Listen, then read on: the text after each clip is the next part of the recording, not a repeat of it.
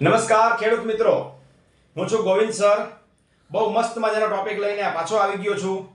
ખેતી માટે ખાસ ખેડૂતોને ઘરે તમે ટેકનિકલી લેબ સાથે તમે તમારા ઘરે કોઈ પણ ગ્રેડ ખાતરનો તૈયાર કરી શકો એના માટેનો આ પ્રયાસ છે. જો હું જે માહિતી આપું છું એ ઓપન ચેલેન્જ છે, કોઈને પણ રિપોર્ટ કરાવવાની છૂટ. શું કામ? કારણ કે ટેકનિકલ માહિતી છે, લેબમાં તૈયાર થાય એ હું તમને માહિતી આપીશ. આજે જે 1261 કેવી રીતે બને ને એનો મારે તમને ગ્રેડ આખો આપવાનો છે. જો અહીંયા તમારે ખાસ ધ્યાનમાં એ આપવાનું છે કે 1261 ની જે ગુણી આવે 25 કિલોની બોરી અથવા થેલી આપણે કહી, એમાં જે 1261 લખેલું છે એટલે પહેલા તો 12% નાઇટ્રોજન છે, 61% ફોસ્ફરસ છે એવું તમે માનો છો, બરાબર? સાચી વાત છે. પણ ઈ 100 કિલાની થેલી હોય ને ત્યારે ઈ 1261 તમને મળે. બાકી તમે 25 કિલા માનો ને એટલે ઈ નાઇટ્રોજન એનું 4 ભાગ્યા કરો ને એટલે એટલું નાઇટ્રોજન મળે, એનો ભાગ્યા 4 કરો એટલે એટલું ફોસ્ફરસ મળે. કાંઈ ફોસ્ફરસ ન મળે મિત્રો. એ થેલી બેગ તમને બહુ મોંઘી પડે. પણ આજે હું તમને જે રિપોર્ટ આપું ને 1261 કેવી રીતે ઘરે બને અને તમે બનાવી શકો, બરાબર? 10 લીટરનો માપ આપીશ, 100 લીટરનો માપ આપીશ, 50 લીટરનો આપીશ, 200 લીટરે બનાવવાનું છૂટ. આને તમે 5 વર્ષ સુધી સ્ટોર કરી રાખશો, એકે જાતનું ખરાબ નહીં થાય, ગેરંટી સાથે. શું કામ આવું હું તમને કહું છું? કારણ કે ટેકનિકલ માહિતી છે. હું આ બધી વસ્તુ તૈયાર કરું છું એટલે મને ખબર છે અને સટીક માહિતી તો જ આપી શકાય, બાકી ન આપી શકાય. હવે પહેલા તો સાયન્સના જે વિદ્યાર્થીઓ ને એને ખબર હશે કે નાઇટ્રોજન તો બધાને ખબર જ છે, પણ ફોસ્ફરસમાં તમે જે માનો છો ને 85%, એમાં ફોસ્ફરસમાં 85% આવે નહીં. લખેલું 85% હોય પણ એની અંદર બીજી 2-3 વસ્તુ હોય. એ શું છે એ સાયન્સના વિદ્યાર્થી હશે તો ખબર હશે, પણ છતાંય થોડીક માહિતી આપી દઉં. બહુ ટૂંકમાં, બહુ ડિટેલમાં નહીં કહું. શું કામ? તમને નહીં સમજાય. આ સાયન્સ લેબોરેટરીનું સાયન્સ છે એટલા માટે. જો એનો ફોર્મ્યુલા છે H3PO4. H3PO4 ફોસ્ફરસનું આ લેવલ છે. એમાં H એટલે હાઇડ્રોજન, 3 ગણો હાઇડ્રોજન એની અંદર હોય, બરાબર? પછી ફોસ્ફરસ અને ઓક્સિજન. હવે તમે કહેશો સર આ તો બધું ડિટેલમાં થયું, એટલે જ હું તમને કહું છું તમે આમાં બહુ જાજુ પડવા જેવું નથી. તમે ભરોસો રાખો ગોવિંદ સર ઉપર. હું જે અમે અમારી વાડીએ જે તૈયાર કરી છે, જે વસ્તુ બનાવી છે એ જ હું તમને, જો મારી પાસે આખી કમ્પ્લીટ કિતાબ છે, આની અંદર ખેતીના બધા રાઝ છે, દેખાય છે? આની અંદર આખી તમામ પુસ્તક લખેલું છે, બધા ટેકનિકલ ગ્રેડ લખેલા છે, બરાબર? અમે એને પૂજન કરીશું, સમજજો. જો કારણ કે આ એક જબરદસ્ત પુસ્તક છે. મેં આટલા વર્ષોની માહિતી આમાં રિસર્ચ કરેલું ટેકનિકલ ગ્રેડ સાથે લખેલું છે. હવે મુદ્દા ઉપર આવીએ. આ બનાવવા માટે તમારે પાણી જે છે ને એ આરોનું લેવું પડશે. ખાસ સમજજો. મેં અગાઉ તમને કીધું છે એમાં આરોનું પાણીની જરૂર નહોતી, પણ આજે તમને કહું છું ગ્રેડી આરોનું પાણી લેવું પડશે તો જ આ ગ્રેડ કમ્પ્લીટ તૈયાર થશે, અધરવાઇઝ ગડબડ થશે તો હું જવાબદાર નથી, બરાબર? આ પહેલો ખુલાસો. બીજું, આને સ્પ્રે પણ કરી શકશો. 3 થી 4 ml યા 4 થી 5 ml તમે આને સ્પ્રે કરી શકશો, કોઈ નુકસાની નથી. પણ કેવું પાણી છે, શું છે એ બહુ માયને રાખે છે. કારણ કે આજે જે ટોપિક લેવાનો છે ને એ ફોસ્ફરસ છે. ફોસ્ફરસ છે ને એ અલગ આઈટમ છે. આખી આઈટમ એટલા માટે કહું છું કે એને સમજજો. એને અપટેક કરવા માટે નાઇટ્રોજન થોડુંક આપવું પડે. જો નાઇટ્રોજન 1 ગણું છે, સામે ફોસ્ફરસ 5 ગણું છે. સમજજો. 1261 એટલે 12 ગુણ્યા 5 તમે કરો એટલે કેટલા થાય? 12 50 60. સમજો. એટલે 61 એને બહુ આપણે નજીક આવી ગયા. ટેકનિકલ માહિતી તમને કહું છું. 1 ભાગ નાઇટ્રોજન લેવાનો છે ને 5 ભાગ તમારે ફોસ્ફરસ લેવાનો છે, ત્યારે 1261 તૈયાર થાય. આમાં પાણી તમારે આરોનું લેવાનું છે. આરો એટલે ફિલ્ટરનું પાણી. તમે ઘરે પીતા હો ઈ ચાલે, અથવા તો કેરબા આવે છે ઈ. શું કામ? ફોસ્ફરસ છે ઈ 6-6.5 pH ઉપર જ કામ કરશે. જો તમારા પાણીનો pH યા TDS વધારે હશે તો બનાવવામાં ગ્રેડ ગડબડ થશે.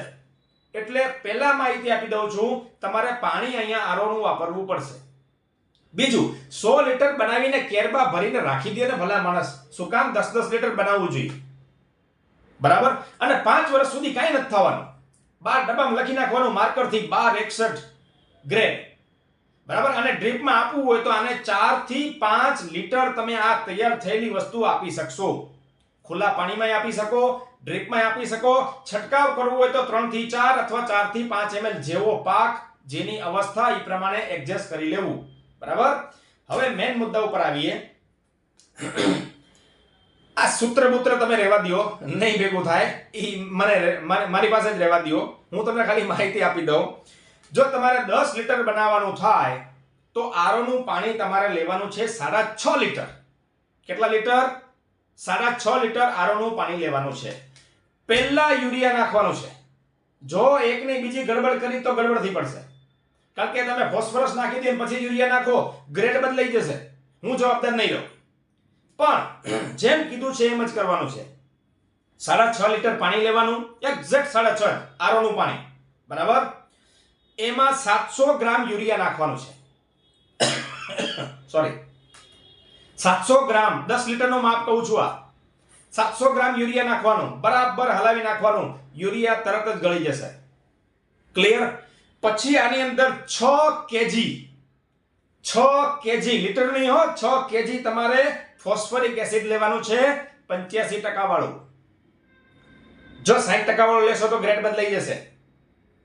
અહીંયા તમારે 85% વાળું ફોસ્ફરિક એસિડ જે આવે છે, મેં તમને માહિતી આગળના વિડીયોમાં આપી દીધી છે, ત્યાંથી તમારે લઈ લેવું. બરાબર, 6 કિલો લીટરમાં નહીં, કિલોમાં માપી લેવાનું. 6 કિલો ફોસ્ફરિક એસિડ લેવાનું છે, 85% વાળું. આ ઉમેરી એટલે તમારું 10 લીટર દ્રાવણ તૈયાર થઈ ગયું. આને ડ્રીપમાં આપવું હોય તો 4 થી 5 લીટર આપી શકો. આ તૈયાર થઈ હોય. સ્પ્રે કરવો હોય તો 3 થી 4 અથવા 4 થી 5 ml જોઈ લેવાનો, જેવો પાક છે એ પ્રમાણે સ્પ્રે કરી શકો. સ્ટીકર નાખવાનું ભૂલતા નહીં. સોરી, થોડી ઉધરસ થઈ ગઈ છે કામ કરીને. હવે આવે છે જો 100 લીટર, કોઈને એમ થયું કે મારે 100 લીટર બનાવવું છે, 200 લીટર બનાવવું છે, તો પણ માપ તમને કહી દઉં. હું તો કહું 100 લીટર બનાવીને મૂકી દેવાનું. એક 200 લીટરનો કેરબો લેવાનો, એમાં 65 લીટર આરોનું પાણી નાખવાનું છે. એક્ઝેક્ટ માપ શીખે. 65 લીટર, 65 લીટર આરોનું પાણી નાખવાનું છે. બરાબર, એમાં 7 કિલો યુરિયા નાખવાનું. જો કહું છું એ પ્રમાણે જ કરવાનું છે, આડું નથી કરવાનું. 7 કિલો યુરિયા નાખી એને હલાવી નાખો, તરત જ યુરિયા ડિઝોલ્વ થઈ જશે. બરાબર, 60 કેજી ફોસ્ફરિક એસિડ નાખવાનું છે. આખો ગ્રેડ તૈયાર થઈ ગયો 100 લીટરનો. કેટલું સરળ છે મિત્રો. આ રીતે 1261 તૈયાર થાય અને આને કોઈ પણ લેબમાં તપાસવાની છૂટ. આટલા ને આટલા ટકા જ નીકળશે, કોઈ ફેરફાર નહીં આવે. જાઓ, કારણ કે અમે આ રીતે જ તૈયાર કરી છે અને મેં બધા રિપોર્ટ કરેલા છે. પછી હું તમને માહિતી આપું, કારણ કે મારે કોઈ ખેડૂતને છે ને ખોટી માહિતી આપીને ફિટ કરવાનો મારો વેપાર નથી. મારો પ્રોફેશન અલગ છે. ભગવાનની દયા છે, તમારા બધાના આશીર્વાદ છે. આ માહિતી હું ટેકનિકલ ગ્રેડ એટલા માટે આપું છું, આ રીતે જ બને. કોઈ પણ લેબની અંદર આ રીતે જ લિક્વિડ બનાવવું હોય, આ રીતે જ બને. હવે પાવડર ફોર્મમાં બનાવવું હોય તો આને એના મશીન જોઈને પાવડર ફોર્મમાં બનાવવું પડે, પણ આપણે એવું કરવાનું નથી. હવે કોઈ એમ કે મારે 50 લીટર બનાવવું છે, તો મેં આ જે 100 લીટરનું માપ કીધું ને એ બધું અડધું કરી દેવાનું, થઈ ગયું 50 લીટર. કોઈ એમ કે મારે 200 કરવાનું છે, મોટો ખેડૂત છે, સ્વાભાવિક છે, 200 લીટર એક સાથે બનાવી નાખ્યું. વારે ઘડી ક્યાં પાણી લેવું, તમે 200 લીટર બનાવી દો. આ 100 લીટરનું માપ કીધું ને, ડબલ કરી દેવાનું, થઈ ગયું 200 લીટર તૈયાર. કોઈ કાંઈ ટેન્શન કે ઝંઝટ લેવા જેવી છે જ નહીં. તમને કોઈ પ્રશ્ન પૂછવાની જરૂરત જ નહીં પડે. હું તમને એવી માહિતી આપી દઉં. બરાબર, આ રીતે તમારે 1261 નો ગ્રેડ બને. અહીંયા એક પણ ગડબડ કરવાની નથી. ક્યારે યુરિયા નાખવાનું છે, ક્યારે ફોસ્ફરિક એસિડ નાખવાનું છે, કેટલા ટકાવાળું નાખવાનું છે, પાણી આરોનું લેવાનું છે, આ બધુંય તમારે ધ્યાનમાં લેવાનું છે. જો મિસ્ટેક કરો તો જવાબદારી તમારી. બરાબર, મેં તમને જે માહિતી આપી આ 1261 ની આજની માહિતી આપી. દરેક ખેડૂત સુધી આ માહિતી પહોંચાડવા વિનંતી, ચેનલને સબસ્ક્રાઇબ કરવા વિનંતી. હજી ઘણા બધા આમાં પેજ છે મિત્રો આ રાજ હજી ખોલવાના છે, આ તો હજી શરૂઆત છે, તો એના માટે કંઈ રહી ન જાય એના માટે દરેક ખેડૂતને આમાં જોઈન્ટ કરજો. બરાબર, શેર કરવાનું ભૂલતા નહીં.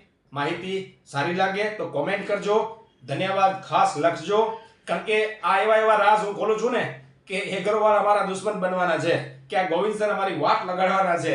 આપણે એવું કરવાનું નથી, આપણે એના કોઈ દુશ્મન નથી, એ આપણા દુશ્મન પણ નથી. આપણે તો ખેડૂતના હિતની વાત કરવાની છે, અને ખેડૂતના હિતમાં રૂપિયા કેવી રીતે બચે, ઘરે કેવી રીતે બધા ગ્રેડ તૈયાર કરી શકે, આ એની માહિતી છે. બરાબર, જય જવાન જય કિસાન. ધન્યવાદ. શેર કરવાનું ભૂલતા નહીં, લાઈક કોમેન્ટ કરવાની છૂટ. આભાર.